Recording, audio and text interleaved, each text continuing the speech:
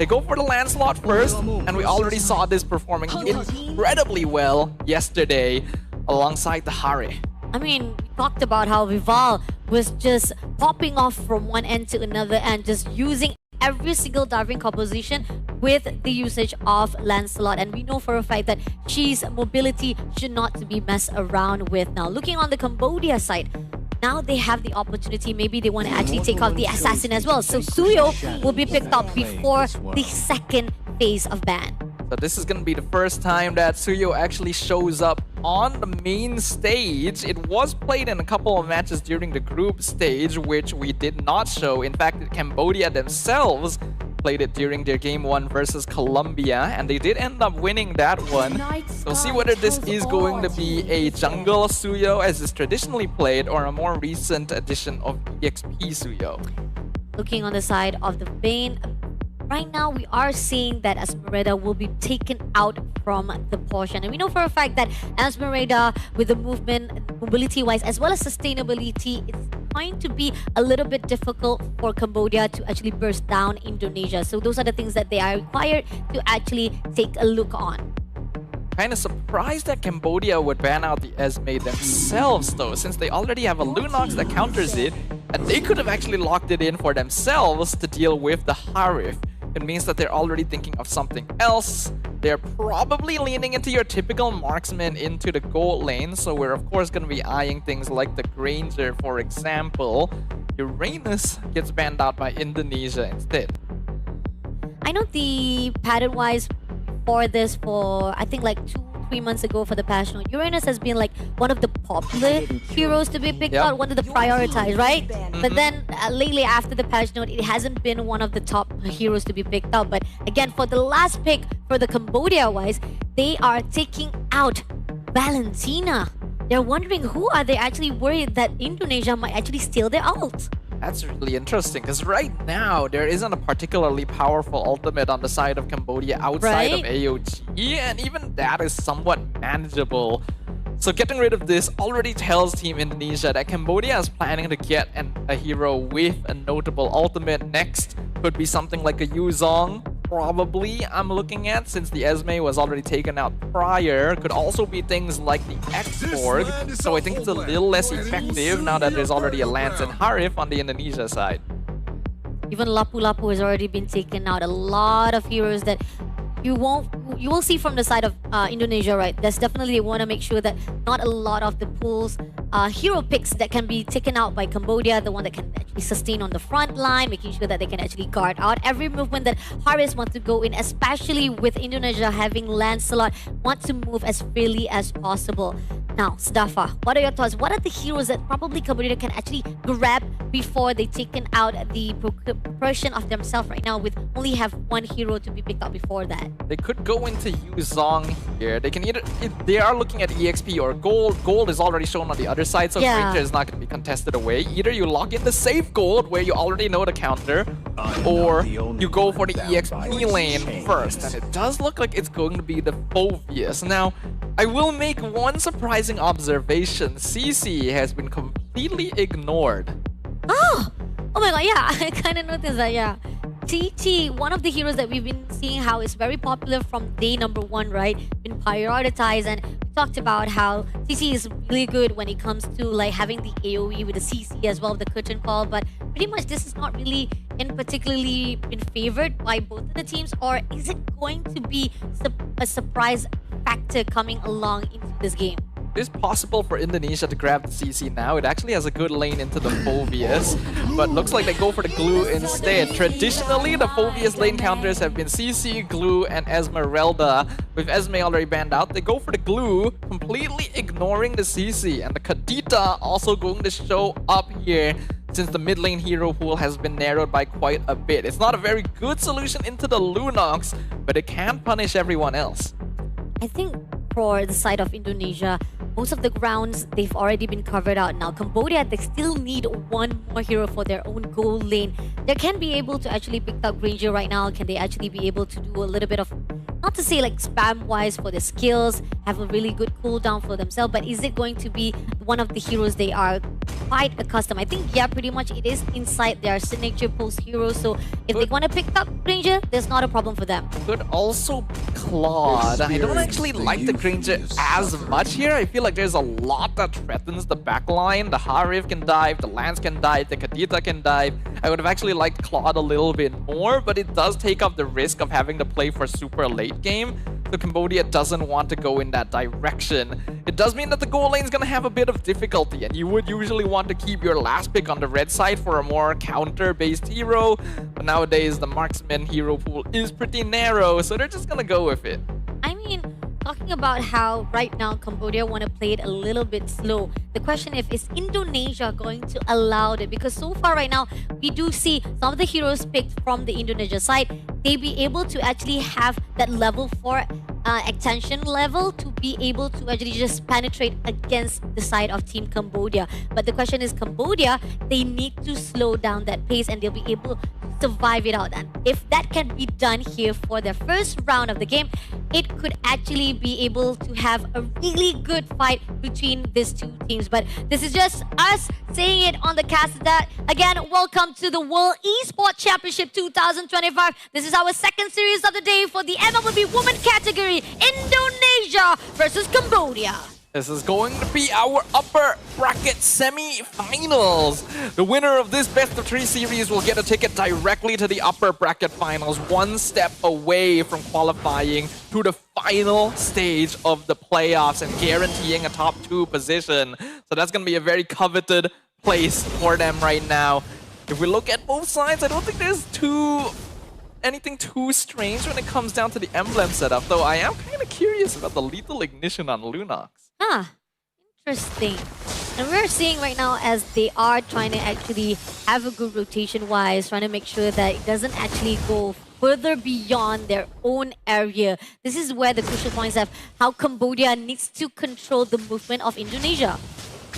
So far, so good in terms of early game pressure. I think both teams have the option of going for it, depending on how they want to play around. I don't think we're going to see major trades in the mid lane now that there's no Kimmy in the game. So we shouldn't see anything notable happen until the first turtle.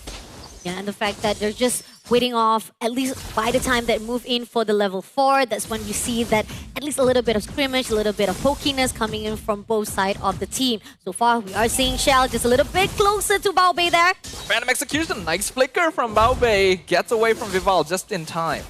Just in time before she taken out, and that's the ultimate decision-making that is being needed from the side of Bao Bei, and they know for a fact they can actually punish just a little bit more.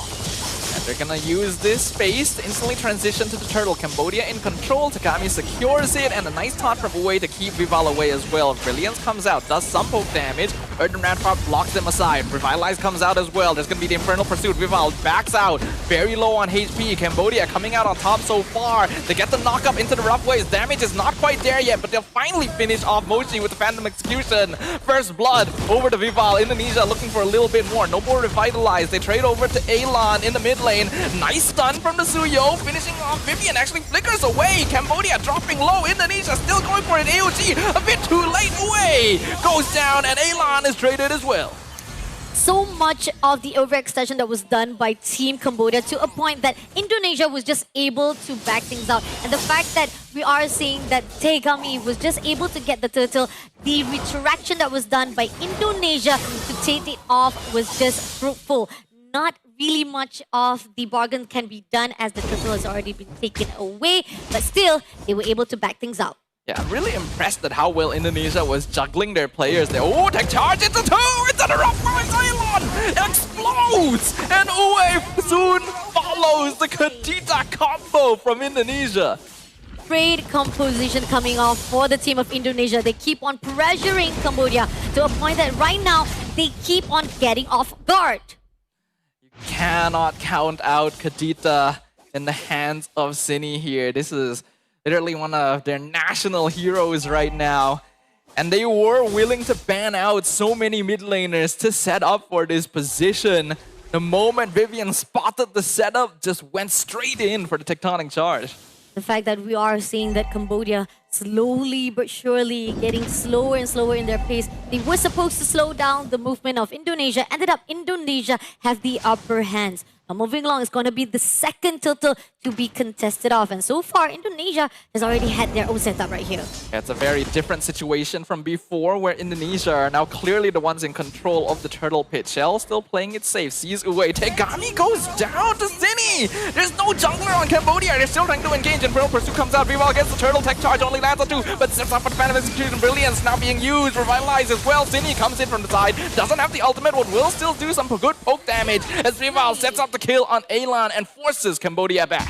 Great tectonic charge, great Zaman Force coming through to just hold off Team Cambodia. Neither of them were able to actually back off as safely as possible, leaving only one player to be taken out by Indonesia. Now, the Miturid looking for a way for them to just break even more. This Kadita is a signature pick for Zinni. It's only pulled out by Indonesia when they feel like they need it, and this is a game where they are showing proper respect. Tegami being found randomly on the map and bursted instantly, guaranteed the turtle for Indonesia. And Cambodia probably shouldn't have tried contesting. Not a good situation once you lost your own assassin jungler right now. And the fact that that is one of the things that Cambodia needs to take note. Rotation-wise, it really looks like Indonesia have them in their palm. And moving along as they try to actually defend it off, Team Cambodia need to actually figure out where they're gonna have to open up a way for Indonesia to break those back line. But coming in with this Prosperity. Oh, the grab, they caught Moshi on the rotation. Going in with the Infernal Pursuit, tech charge gonna be used. Lands on 2, AOG committed as well, trying to save their Phobias. And Moshi is still alive. The Vivian has to flicker out, barely escapes being sniped by the Suyo. Indonesia not able to find their pickoff. Oh, such a sad situation. Just one more shot with that arrow. Didn't manage to land it to Fumieko and ended up now Cambodia having so much of the resources to be given out to Indonesia. They didn't even have anything up their name. Now Cambodia transitioning to the top tower, trying to give a bit more space to Bao Bei. They get the knockup onto Uwe, but that is a good thought. Revitalize comes out as well, so there'll be no damage done here. So Indonesia is able to keep their tier 1 alive. They are pushing in, trying to make sure that they'll be able to give a little bit of leeway to Bao Bei so that they can actually push that turret. But again, this is a lot of discipline coming up from Indonesia team, making sure that they be able to cover every ground, whether for the minion push in the mid lane as well as the top turret. But going into the buff side, they are trying to invade the situation. Coming along, we do see that Team Cambodia doesn't want to go to the contest, and Team Indonesia just backs off away. But Turtle will be in the hands of Indonesia. Yeah, really good positioning once again from Team Indonesia. They're testing the waters, poking and prodding to see if they can contest the purple buff. But even if they don't get it, they're already setting up for the turtle instead. Moshi trying to engage here, but Indonesia is not giving them any space. Yeah, it seems that Mochi trying to find a target that maybe she can actually pull away, drag it, so that they can actually continue out with the follow-up. But here on out, Mochi overlooking to Zinni as well as Shell. Backs away very quickly, but here on out, drags into Zinni's side, but will be taken out and will be able to cover up with Fumieko on the side. A tech charge gonna be used though. Elan gonna be the target once again at this Grok, but the Earthen Rampart actually blocks Vivian herself out of position, and Tegami not gonna let that go. A kill goes to Cambodia. A little bit of overextension from the side of Vivian, but then again, it's not gonna be that much of the trade itself because it's just a little bit of small wins for the side of Cambodia itself. But then again, right here, Team Indonesia, they still have a great solid cover on the ground side of the turret from the middle as well as from the top, and the bottom has already been cleared out. So far, Indonesia still playing classic Indonesia, playing traditional game and very disciplined in their approach. Cambodia has been doing a good job of responding, but they've already been put quite behind thanks to those initial aggressive rotations. Right now, they're gonna need to focus hard on making sure Bao Bei keeps scaling. Let's see if they can be able to actually control out, setting up, coming out right here at the bottom lane with Wei right in front. But now, Coming in, Moshi will be able to drag just a little bit there. Like a tech charge on the Bombay. The Granger goes down, exploded, and the rough waves finds a way as well. Moshi trying to buy time. Infernal Pursuit gonna finish off Vivian, but the backline has been dived, and Vival finds A-Line. It's a mega kill for the Lancelot. Fovi is still trying to buy as much time as possible with Infernal Pursuit, but the grab gonna pull the Phobias back. Tegami, the only survivor left on the side of Cambodia and Indonesia, not even gonna allow him to defend his tower. The two players been traded off, but still, at what cost with 4 players already been shut down? Only Tegami to be surviving, and this is gonna be opening a lot of the turrets to be shut down even more by the Indonesia team. Great setup coming in with the AOG as well to just survive it out, but it's still not enough for them to sustain that damage that was done by Indonesia. You can see Indonesia really starting to ramp up now. Vival is 4-0 on this Lancelot. It's largely gone unpunished because of the lack of direct CC on Cambodia. And they're gonna go in for the rough waves once again. Cambodia just can't get anywhere close. It's a free lord for Vival. Free Lord, and again, so much of the potential that was done, this initiation that was already been put out by Indonesia. Sini comes along with the burst, as well as the fact that the Tectonic Charge was able to actually grab and stun most of the players from Cambodia. That's when they actually have a little bit of faltery coming through. But here on out, they're fighting off. Oh, they're stoning them out again. Not really trying to commit. Grab is possible, but Fumieko doesn't need to commit to it. The wall comes out. That's a dangerous angle for the tech charge, but it was possible. Vivian just decided not to do it because they already got the tier 2. They're already done a lot of zoning out just to make sure that the Cambodia just backs off and they get turrets one after another. And coming in right now, they push in with the Tectonic Charge. Doesn't get anyone, but Mighty Swings! Yeah, Vivian missed that completely, and now just gonna get punished for it. Vivian goes down. Elan, though, gonna be blasted by Shell as the Simon Force comes out. The rest of Cambodia being completely scattered. Baobei cannot get anywhere close to back up the rest of the team. Tegami gonna fall. It's an unstoppable streak for Vival on the Lancelot. Moshi gonna be grabbed once again by the glue, trying to survive as long as possible and actually doing a very good job of it, but will finally fall. Killing spree to Shell. Just grabbing into Moshi no matter how much he's trying to survive. That's a really good recognition coming in from the side of Team Cambodia, but then again, so much of the damage that was done by Indonesia, in the end Cambodia just lost the one and only front line. But it's still not the worst here. Cambodia have been able to hold on. They still have their DPSs alive, and they've actually managed to clear up most of the minion waves. So they will have all of their inhibitors still standing, but Indonesia, their farm is going up real fast. The fact that right now they're trying to hold on that mid lane holy defense. They're already losing a lot of their lifelines right here as the Team Cambodia putting up early defense right here. Started out with a slide. Tech charge misses this time. Good disengage from Cambodia. Nice knockup as well. City gets locked down under the tower. Moshi goes in between Pearl Pursuit. AOG cuts off the retreat as well. But Fumieko is holding up the backline, not allowing them to chase. A great job coming off from Cambodia, at least able to actually steal away Sini in the midst of it all. But then again, by the time they were actually trying to zone out the top, the bottom lane will be still away by Vival at the motion. And this is where the fine line, the division that was done by Indonesia to divide the attention of Cambodia, they can actually just spread it things around. It is still possible to punish them. Got a really nice dark wave from Moshi there. 3 people hit under the tower with Sini being the one punished because she was the furthest forward. We're 12 minutes in. Goal lead is 7k in favor of Indonesia. And the scaling is still not too bad for Cambodia, actually. Scaling-wise, I feel like Cambodia still have a really good setup to defend-wise and to actually respond to every single initiation that was done by Indonesia. But somehow, Indonesia, the discipline that they've already portrayed here, shows how much they know when to back off, when to actually retreat, to not overcommit itself. And here on out, trying to actually grab a little bit to the side of Moshi, trying to actually zone it out so that people will have the time to actually get the Lord. The zoning is great. This is going to be free Lord again. Cambodia a bit too late to come, and now Moshi is out of position. We're going to try and back it off as well. Cambodia a bit scattered right now, and Indonesia trying to punish it. AOG used defensively, revitalize as well. Should get Baobei out of danger range, but Moshi not going to be quite as lucky. Grab on the Phobias once again. Locked down. Elan has to use the Brilliance, and Indonesia might continue chasing. Forces out the Flicker from the Lunox as well. No, this is not a good situation as the Lord marshalling, and even the fact that right now they're already putting out a target right here for the mid lane as the pushing, the minion wave comes through. They know for a fact this is a way for them to just punish even more the situation of Cambodia. Moshi is still dead for another 7 seconds. Wall comes out, forces the Flicker from Baobei.